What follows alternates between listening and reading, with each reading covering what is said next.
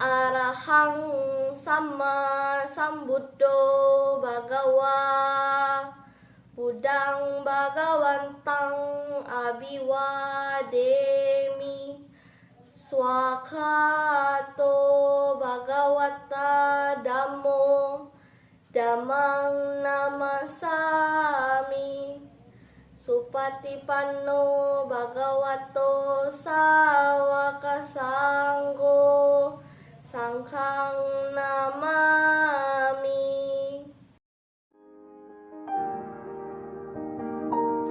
Dahulu kala, Bodhisatta terlahir sebagai rusa yang luar biasa.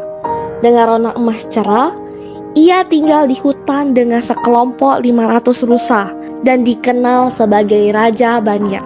Di hutan terdekat, hiduplah rusa emas lain dengan kawanan 500 ekor. Dia dikenal sebagai rusa cabang. Ada juga raja pecinta daging yang suka berburu rusa. Akan tetapi, kegiatan berburunya mengganggu pemburu lain.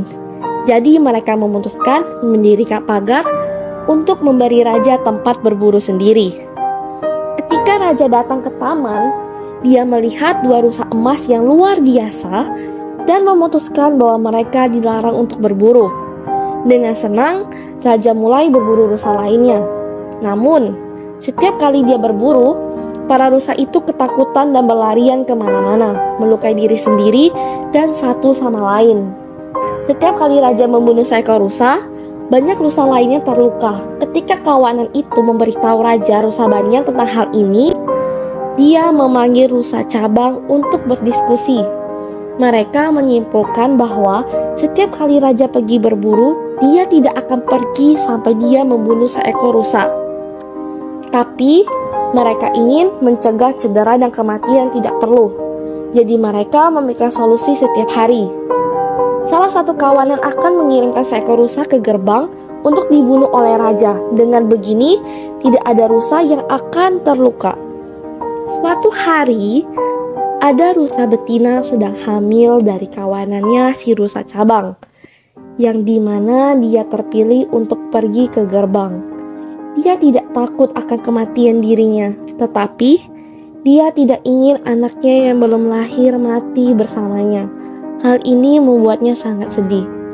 Dia pun pergi ke pemimpinnya, sang raja cabang, dan memohon agar ia digantikan oleh rusa lainnya. Dia berjanji untuk pergi setelah melahirkan. Tetapi rusa cabang menolak permintaannya. Dia khawatir tentang bagaimana dia akan dianggap jika dia mengizinkan hal ini. Dia menolak untuk membuat pengecualian untuk rusa yang hamil itu dan menyuruhnya untuk menjalankan tugasnya. Sewaktu rusa yang sedang hamil itu meninggalkan rusa cabang, dia menangis tanpa henti, hatinya sangatlah hancur. Raja rusa banyak melihatnya dan memanggilnya. "Kakak, mengapa kamu menangis?" tanya rusa beringin. "Ini giliranku untuk mati dan aku sedang hamil," jawabnya sambil menangis. "Aku minta perpanjang waktu, tapi rusa cabang menolak. Aku tidak tahu bagaimana cara menyelamatkan anak saya." Sang rusa raja banyak dipenuhi dengan meta atau kasih sayang. "Jangan khawatir kakak, aku akan mengurus situasi ini. Kamu dan anak kamu yang belum lahir tidak akan mati besok." Dengan sangat gembira, rusa yang sedang hamil membungkuk kepada rusa Banyang. Keesokan harinya, ketika raja pergi berburu rusa, dia melihat rusa beringin di pintu gerbang, siap untuk dieksekusi. Dengan kaget, dia bertanya kepada rusa Banyan, mengapa dia datang untuk mati padahal dia tidak boleh untuk diburu. Rusa Banyan memberitahu kepada raja tentang rusa yang hamil. "Bagaimana mungkin aku sebagai raja dan pemimpin rusa saya mengirimkan seekor rusa menggantikan yang lainnya untuk pergi mati," katanya.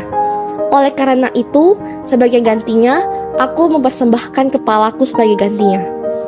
Sang raja manusia sangat kagum mendengarnya. Bagaimana mungkin seekor hewan sederhana memiliki pengertian dan kebijaksanaan seperti itu? Sang raja pun bersujud untuk menghormati keagungan sejati dari seorang raja sejati. Sang raja lalu menyatakan rusa yang sedang hamil itu bebas. Raja Banyak kemudian bertanya, "Bagaimana dengan rusa lainnya?" Sang raja menyatakan semua rusa-rusa lainnya bebas. Raja Banyak kemudian bertanya, Bagaimana dengan hewan berkaki 4 lainnya? Sang raja menyatakan semua binatang berkaki 4 bebas. Raja Banyan lalu bertanya, bagaimana dengan burung? Sang raja menyatakan semua burung bebas. Raja Banyan meminta semua makhluk hidup dibebaskan dan sang raja pun menyatakan semua makhluk hidup dibebaskan dari perburuan. Sang raja Rusa Banyan kemudian mengajari sang raja Pancasila. Jangan membunuh, jangan mencuri, jangan berzina, jangan menggunakan kata-kata yang berbahaya, jangan menggunakan minuman yang melemahkan kesadaran. Raja mendirikan sebuah tempat perlindungan bagi rusa, dan para prajuritnya merawat mereka dengan baik. Dia memerintah dengan adil dan mengajarkan rakyatnya untuk hidup sesuai dengan 5 sila. Moralnya, cerita ini membantu mengingatkan kita betapa pentingnya welas asih bagi orang lain. Pembacaan Kitab Suci Dhammapada Bab 23 Nagawaga Syair 328 artinya, apabila dalam pengembaraanmu engkau dapat menemukan seorang sahabat yang berkelakuan baik, pandai, dan bijaksana, maka hendaknya engkau berjalan bersamanya dengan senang hati dan penuh kesadaran untuk mengatasi semua bahaya.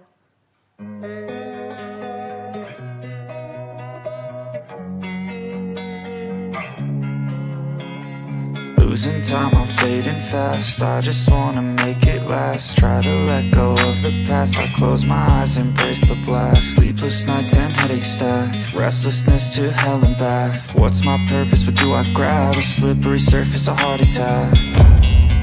And sometimes you just gotta believe there's something that'll give you relief. There's something that'll have what you need. What you need. We're broken, it's tragic, we're not